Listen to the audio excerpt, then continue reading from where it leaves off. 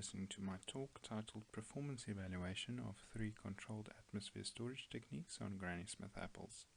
My name is Mouton and I'm working under the supervision of Dr. Elke Crouch, with the co-supervision of Dr. Ian Crouch and the co-supervision of Mrs. Anel Boetes, with collaborators Dr. Pandyan Tirupati and Ms. Monia Gerber. In 2018, a new CA facility was installed at the University of Stellenbosch to enable the sector to do research on an experimental scale on UCA technologies. Hernal and Van der Merwe identified 3 promising long-term storage systems from around the world: DCACF, DCARQ, and a lesser-known extreme ultra-low oxygen system hereafter referred to as XLO. The DCACF system was installed in a duplicate, enabling a DCACF treatment as well as a DCACF plus ethylene scrubbing treatment. Due to time constraints, we'll only be discussing the maturity indexing data for Season 1. These fruits were picked in 2019, whereafter they were subjected to 9 months of long-term storage. The 4 storage treatments being DCACF, DCACF plus ethylene scrubbing, DCARQ, and extreme ultra-low oxygen plus ethylene scrubbing. Drawing your attention to the bottom left-hand corner, this table shows the average logged oxygen and CO2 readings utilized in each treatments over the 9 months. Moving on to the top table, we'll only be looking at the significant differences, which include the titratable acidity as a percentage malic acid, where lower oxygen treatments correlated with a higher titratable acidity. For the total soluble solids to titratable acidity ratio, we also find that the lower oxygen treatments correlated with a lower TSS to TA ratio. For firmness, the lower oxygen treatments correlated with firmer fruit. Moving on to the superficial scald scores, we see that the highest oxygen treatment, being XLO plus ethylene scrubbing, already showed signs of superficial scald development at chamber opening. However, these levels were non-significant compared to the other treatments.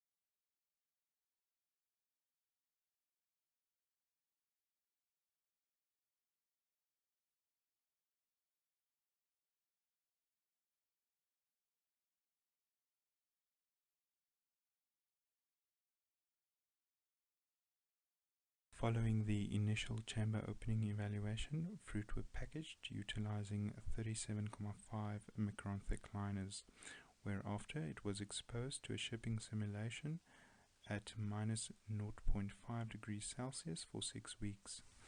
As can be seen in the top table, the three parameters that differed significantly were TA, TSS to TA ratio, as well as firmness, with lower oxygen treatments favoring a higher TA, a lower TSS to TA ratio, as well as higher firmness. In this evaluation, we see the first indication of color difference, with the chroma of the yellowest side of the fruit differing significantly with XLO plus ethylene scrubbing, showing a significantly lower chroma than all other treatments.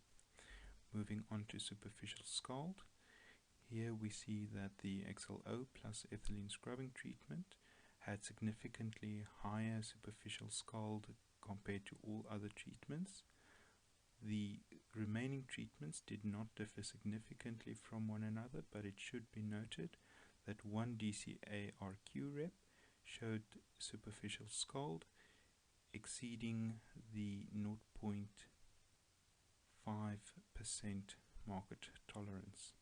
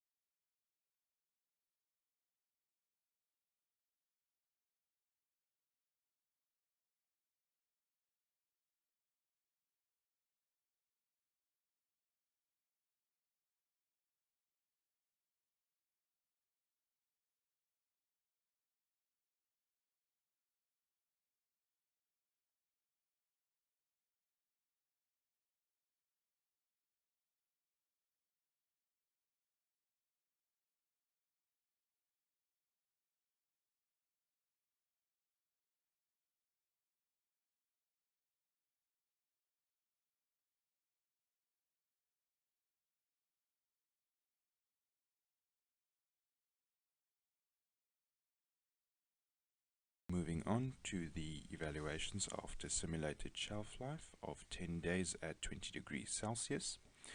Once again, in the top table, we see that the TA differed significantly for XLO compared to all other treatments, resulting in a significantly lower TA.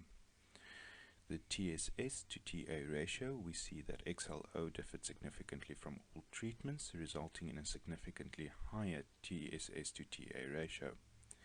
In terms of firmness, the DCACF plus ethylene scrubbing differed significantly from DCA-RQ and XLO plus ethylene scrubbing, but did not differ significantly from DCACF alone. The DCACF did differ significantly from XLO plus ethylene scrubbing, but did not differ from the other DCA treatments. The DCA-RQ differed significantly from DCACF plus ethylene scrubbing and XLO plus ethylene scrubbing, but did not differ significantly from DCACF. XLO plus ethylene scrubbing differed significantly from all other treatments, resulting in the lowest firmness. Moving on to mass, it should be noted that there was a mass difference. However, these fruit were sorted by hand at harvest, and the diameter did not differ significantly between these fruit. Moving on to color, we see significant differences both in the yellowest sides, chroma and hue, and the greenest sides, chroma and hue. Starting with the greenest sides chroma, we see that DCACF plus ethylene scrubbing did not differ significantly from DCARQ. It did, however, differ significantly from the DCACF and the XLO plus ethylene scrubbing. The DCACF differed significantly from DCACF plus ethylene scrubbing, but it did not differ from any other treatments. The DCARQ did not differ from either DCA treatments, but did differ significantly from the XLO plus ethylene scrubbing. The XLO plus ethylene scrubbing differed significantly from the DCACF plus ethylene scrubbing and DCARQ, but not from DCACF alone. The greenest color U, the yellowest color chroma, and the yellowest color U all follow the same pattern, with XLO being significantly lower than the other treatments, but the other treatments not differing significantly from one another. Moving on to the bottom left hand corner, in terms of internal defects, the internal browning incidence was significantly different, with XLO plus ethylene scrubbing recording the highest incidence, but the other three treatments not differing significantly from one another. Core flush was extremely high in all cases, but did not differ significantly from one another. Moving on to superficial scald. Here we see that the XLO plus ethylene scrubbing differed significantly from all other treatments, but the DCA treatments did not differ significantly from one another. It should, however, be noted that a high incidence of superficial scald was seen for DCARQ. However, this was only in one replicate and therefore did not make a significant difference.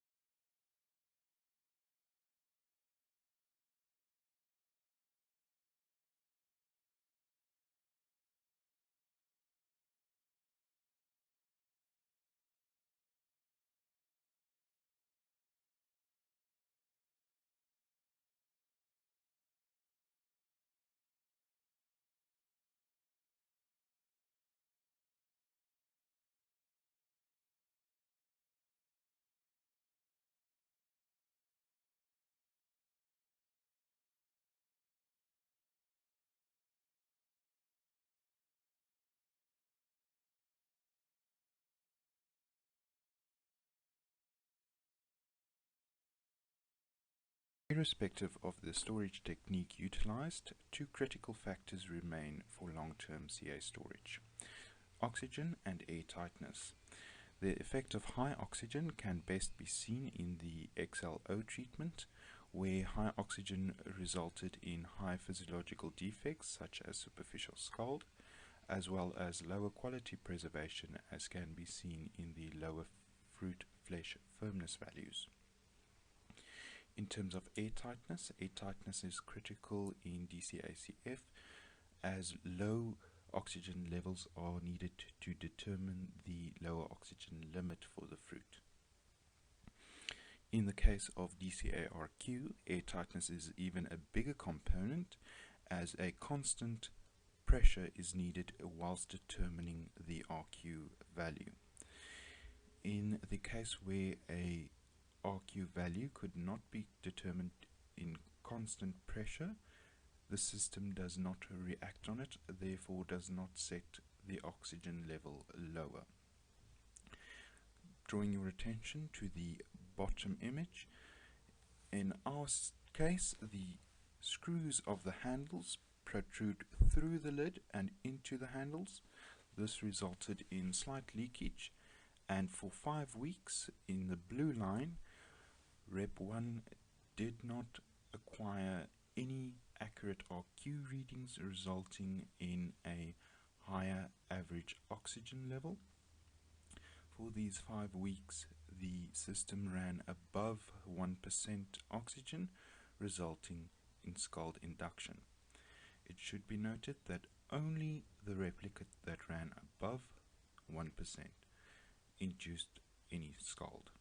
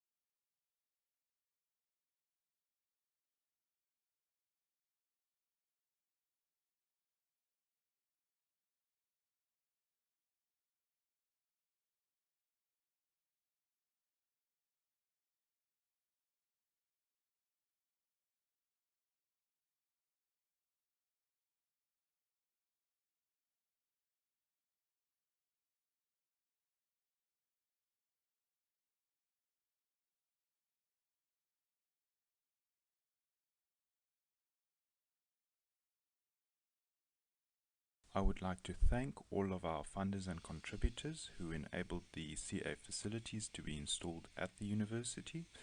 Then also a big thank you to Mr. Gustav Lotz in his capacity where he assists with the monitoring of these systems, as well as his technical expertise regarding CA storage. Then the various service providers for their assistance with their technologies, the technical staff of the wet lab under the supervision of Mr. Lotz, where they help with the processing of these fruit samples, and finally my supervisor, Dr. Crouch, as well as my co-supervisors and collaborators with whom I have the pleasure of working. I would also like to thank you, the listener, for attending this talk. Thank you very much.